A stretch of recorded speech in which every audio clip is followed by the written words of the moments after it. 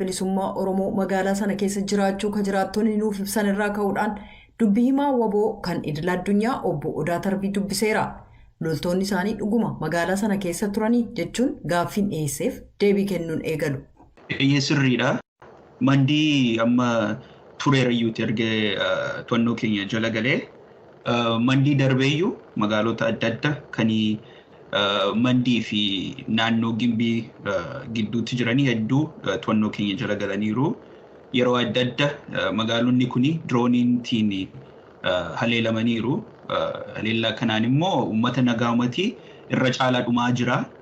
Magaala gidduufaatti bu'aa bakka uummanni gabaafaa deemu dalagaa isaa hojjetu achitti bu'aa jira. Kanaaf uummanni baay'ee rakkataa jira sababii diroonii kanaaf. Jiraattonni magaalaa sanaa yookaan magaalaa Mandii nutti himanii konkolaataan waraanni bilisummaa Oromoo ittiin adeemaa ture magaalaa sana keessa ture gara naannoo hospitaala magaalaa Mandii keessa jirutti utuu adeemaa jiru loltoonni irra turanii dirooniin sun konkolaataa sanas rukutee konkolaataa sana gubee waraanni achirra jirus du'eeraadha kan du'aniiruudha kan nuun jedhan.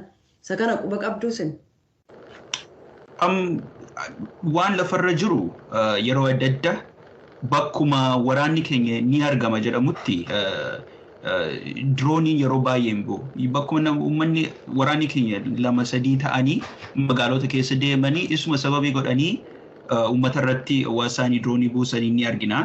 Haa ta'u iyyuuti waraanni sirnichaa yoo nurratti xiyyeeffate rakkinni hin jiru. Waraana keessa jirra waan ta'eef haaluma waraanaadha.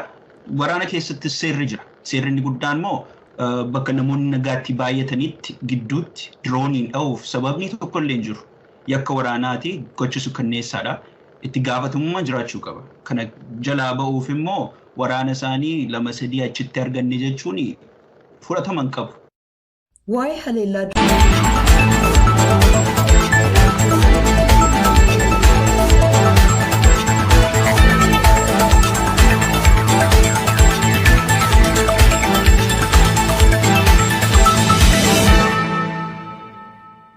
diroonii dilbata darbee magaalaa Mandiitti geggeessame jedhame kana aangawoota mootummaarraa deebii argachuuf jecha hoogganaa waajjira koominikeeshinii mootummaa naannoo Oromiyaa bulchaa godina Wallaggaa Lixaa itti gaafatamaa bulchiinsaaf nageenya godinichaa itti gaafatamaa waajjira koominikeeshinii godinichaaf bulchaa magaalaa Mandiitti guyyaa 3 darbaniif deddeebisnee bilbileeyyuu hundinuu bilbiloonni isaanii waan hin kaasamaniif deebii argachuu hin dandeenye.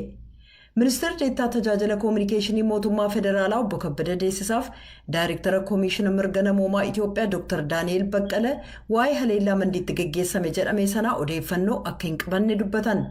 Aangawaan naannoo tokko deebii waahila keenya jaallannee gammadaaf kennaniin guyyoota muraasaaf shaneen magaalaa Mandii to'atee waan tureef opereeshiniin irratti geggeeffamee jira. Opereeshinii kanaan hidhattoota shanee malee siiviilonni ajjeefaman hin jiran amma lolli achitti deemaa hin jiru.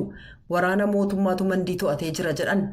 Oromiyaa lixaa keessatti waggoota 4 darbaniif wal waraansa riphxee loltootaaf humnoota mootummaa gidduutti geggeessamaa tureen jiraattota naannoo rakkoo nageenyaa keessa buusee namoonni nagaan ajjeefamuuf kanneen 100,000 lakkaa'aman qe'ee ofiirraa buqqa'uu deddeebinee gabaasuun keenya ni yaadatama.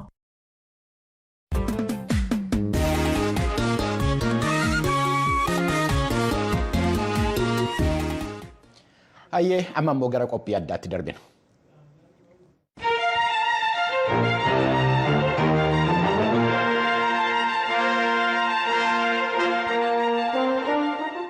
Jalqaba ji'a darbee dhaabbanni addunyaa oomishaa fi gatii boba'aa irratti murteessee OPEC jedhamee beekamu akka oomisha gaazii gadi buusee gadii ol kaasu murteessee ture. Murtoon kun immoo Yuunaayitid Isteetsiin mufachiiseera. Dhimma kanarratti Saawudii Areebiyaa harka keessaa qabdi jedhameera. Tarkaanfichi Raashaadha kan gargaaru jechuudhaan seera tumtoomni mootummaa Yuunaayitid Isteetsi kan aadachaa turani.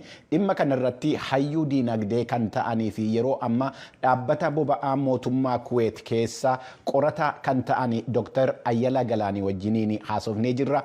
Ittaanee isinii dhiyaataati waliin hordofna. Yeroo haala addunyaan dinagdeen addunyaa amma keessa jiru kanatti oomisha gaazii kana gadi buutanii gatii ol kaasuun maaliif barbaachise? Hojii kanatti baay'ee dhiyeenya qabdu sumarratti hojjechaa jirtu jedhanii. Galatoomii Bafiqaaduu carraa naa kennitaniif isin galateeffadha. Duraan dursinee mee OPEC waan jedhu kana addaanaa maddee ishee baafnu amma yeroo ammaa kana waan geeddarameetu jira waan namni hin hubannetu jira. OPEC dura bara 1960 keessa dhaabbate biyyoota murtaa'anii biyyootuma gara Middle East jiraatan kanaan dhaabbate iyyuu warruma oomisha kan zayita kanaa fi gaazii oomishan jechaadha. Guddatee gara 16 gaheetii 16 sana keessa Laatin Ameerikaa keessaa Venezuelaan warra dhaaban keessaa tokko. Achi biyyoonni tokko tokko kaataarfaa politikaa jiru kanaan kan keessa buusanii OPEC inni jedhamu inni duraa sun amma biyya 13 of keessaa qaba. Hangafa ta'ee 13 sana kan gaggeessaa ture bara duraati jalqabee Saudi Arabiyaadha. Isa dhiyeenya kana oomisha gadi buusanii gatii ol kaasuu kana kan dabarse OPEC isa duraa isa 13 otoo hin taane OPEC Plus kan jedhamu uumameera waggaa jaanarraa 2016. 2016 OPEC Plus yoo uumamu achi keessatti warri qooda fudhatanii warri maamara sana keessa galan 10 dabalaman. Amma 23 OPEC Plusin. OPEC lamatu jira jechaadha. Inni tokko OPEC dhuma isa durattiiti miseensa 13 of keessaa qaba. OPEC Plusin miseensa 23 of keessaa qaba. 23 sana keessaa tokko Raashiyaadha. OPEC jechuun by definition kaarteelidha. Kaarteeliin jechuun gatii murteessineeti galii keenya guddifannaa jedhanii warri oomisha zayitaa kana oomishan maamara dhaabanidha. Maamara gatii dabaluu fi oomisha hir'isuu irratti hundaa'edha. Calqabumsaatii qabee waggaadhum 60 guutuutti. Sana keessa dhuftee Raashiyaan galte gaama. Very cleverly gamnuma isa guddaa afshaaluma isa cimaa tokko kan isaan kana godhan. Yeroo amma maaliif barbaachise maaliif oomisha gadi buusuu barbaachise haalli diinagdee gaarii miti maaliif barbaadan? Haalli diinagdee gaarii miti isa jedhamu jedhamurraa amma ittan deebi'a. Wanti barbaadamee fi ajusman itti fufeeyyuu jechuudha deemaayyuu waan lamatu maqaa dhaama. Warri dabalan warri OPEC Plusin warri maamara kana waliin bu'anii gatii kana dabalanii oomisha kana gadi hir'isanii gatii dabalan waan maqaa dha'an qabu.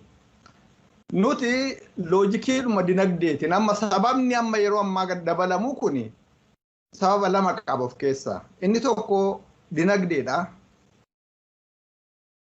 Kaayyoo OPEC Plusiti.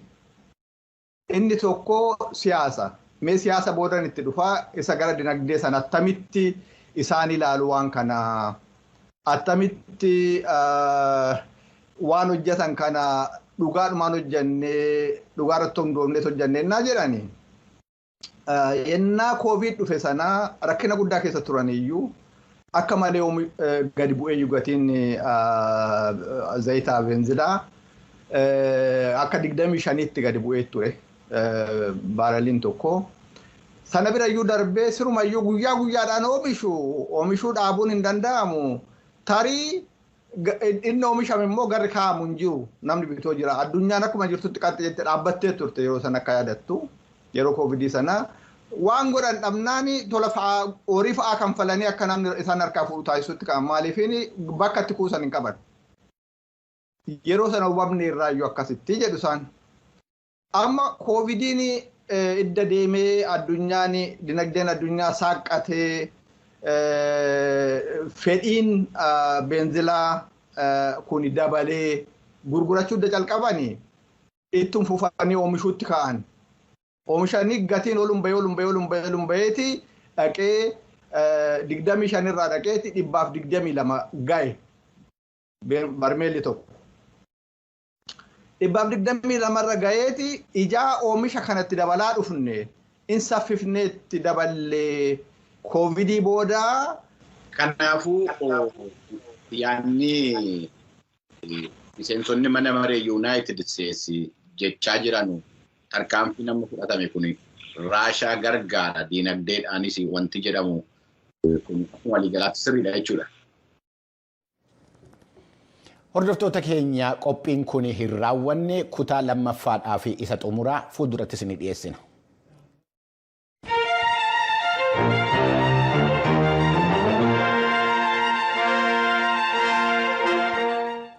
Amma immoo gara qophii torbaniitti darbina labataadha.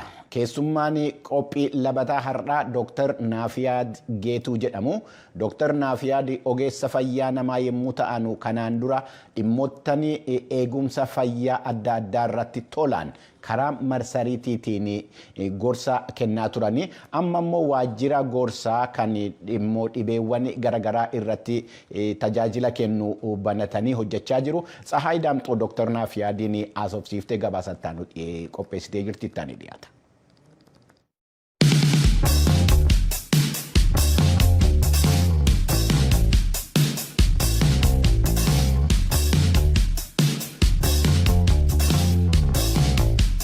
ulfaadhu galatoom Dr. Naafiyaad Geetuu sagalee Ameerikaa waliin gaaffiif deebii taasisuudhaaf eeyyamoo ta'uu keetii fi meegaa waa'ee makeerraan jalqabaati Dr. Naafiyaad eessaa ka'e waan jennurraa haa eegallu. Dr. Naafiyaad akkuma nama kaanii ijoollummaa sararaakaasii baratee barumsa sadarkaa tokkoffaa akkasumas immoo sadarkaa lammaffaa magaalaa Naqamteetti xumuree Haramaa Yuunivarsiitii irraati muummee barnoota meedisinii yookiin meedikaalaadhaan waggaa 5 dura yookiin immoo bara 2017 eebbisee waggoota 4 walakkaadhaaf Yuunivarsiitii Haromaayaa irraa akka ogeessa fayyaa kiima waliigalaa fi barsiisaa yuunivarsiitii tajaajilaan ture. Amma immoo gara dhaabbata mataa keenyaa hundeessinee magaalaa Finfinneetti tajaajilaa jira jechuudha. Dr. Naafiyaad yeroo ammaa kana immoo dhaabbata dhuunfaa kee banattee tajaajila gorsaa waa'ee fayyaa fi akkasumas wal'aansa irratti hojjechaati jirta. Akkamiin gara hojii dhuunfaa kee kana uummachuutti dhufte?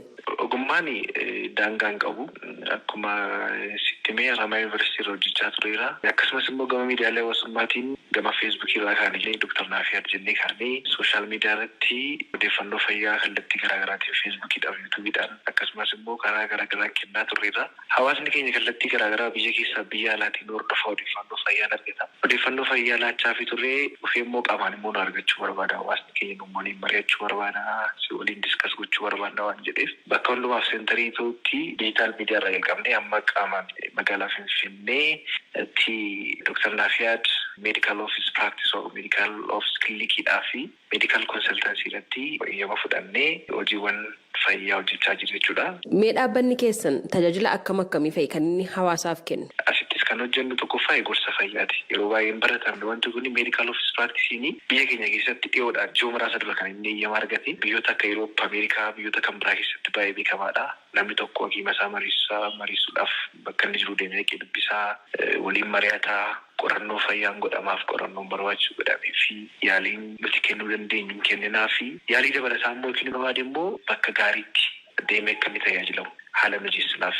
Amma yoo ilaaltee hawaasni keenya magaalaa iddoo garaagaraa rifartee dhufeellee asuma keessallee Finfinnee keessa taa'ellee lafa deemee yaalamu hin beeku. Mana yaalaa kamitti immoo yaalii bareedaaf gahaa akka argatullee hin beeku namni keenya baay'een.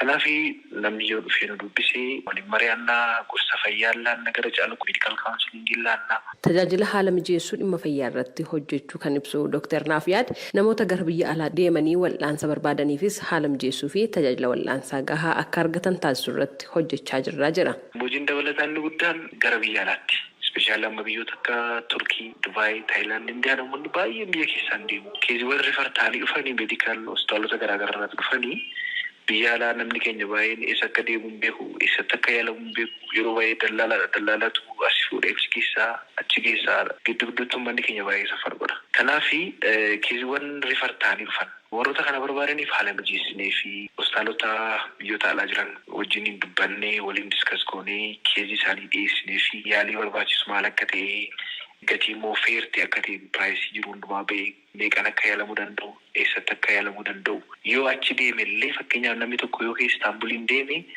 eerpoortii irraa jalqabanii namoonni akka isaan simatan hakiimonni keenya jiru hoteelli qabamee fi yaalii gahaa akka isaan argatan gochuu irratti kanarrattis hojjechaa jira jechuudha. Egaa dargaggoonni ogummaa adda addaa keessa jiran akkuma kee kana beekumsaa fi dandeettii akkasumas immoo yaada qaban gara maallaqaatti akka jijjiiranii jiru isaanii ittiin jijjiiran akkasumas madda galii godhatanii ittiin jiraatanii fi maal jettaan? Jalqaba irratti ijoolleen keenya dandeettii qabu. Dandeettii isaanii adda baasanii beekan. Dandeettii keenya maal akka ta'e adda baasanii beekuu danda'u qabna. Akkuma sitti illee qaxaranii hojjechaa turanii. Tokkoffaa dandeettii kee erga adda baaftee booda maal akka hojjechuu qabdu akkamitti akka hojjechuu qabdu irratti teessii xiinxaluu qabda. Amma ijoolleen keenya baay'een qarshii dursu utuu dandeettii isaanii adda hin baasin maal akka hojjetanii fi akkamitti akka hojjetan hin beekni qarshiin qabu akkamittiin hojjedhaa jiru. Jalqaba garuu maal akka hojjechuu qabdu akkamitti akka hojjechuu qabdu erga bartee booda inkaamii jenereet gochuu dandeessu yookiin qarshii galii argachuu dandeessu. Riskii fudhachuu soodhaan akka yoon kisaariyoo yoon naan milkaa'uu didiyoo. Kanaaf kana keessaa bahuu akka isaan qaban riskii fudhatanii hojiiwwan tokko irratti qoratanii dandeettii isaanii erga adda baafatanii booda hojii sana irratti cichanii yoo hojjetan milkaa'uu danda'u. Lammaffaa yeroo baay'ee koonforti zoonii keessaa fi immoo iddoo hojjetaa keessaa bahuu barbaadu. Sarkilii wayii keessa jiraannaa sarkilii sana keessaa baanee sarkilii biraa keessa galuun barbaadu. Manni mootummaa keessa yookiin immoo iddoo jalqaba hojiitti jalqaba hojjechaa turte sitti tolee achi keessaa bahuun barbaaddu bor qarshii dhabuu danda'a jettee yaadda maatiin koo miidhamuu danda'a jettee yaadda taanaan milkaa'uu hin dandeessu jechuudha. Kanaaf dargaggoonni keenya umuriin isaarra jiran kun umurii isaatti fiignee qabuu dandeenyu yaada babbareedaa maddisiisnee burqisiisnee yaada sanaa irratti immoo hundoofnee hojjechuu dandeenyudha. Kanaaf yaada yeroo ammaa kan gurguruu qabdu. Egaa yaada bal'aadha kanatti naa kaastee jirtu. Dooktar Naafiyaad fuulduratti eessa gahuudha kaayyoon isaa? Gara fuulduraatti instituushinii guddaa yookiin dhaabbata guddaa dhaaba guddaan ijaarraa amma ofiis kilinikii fi meedikaal konsalteeshinii jalqabnee jirra. Garuu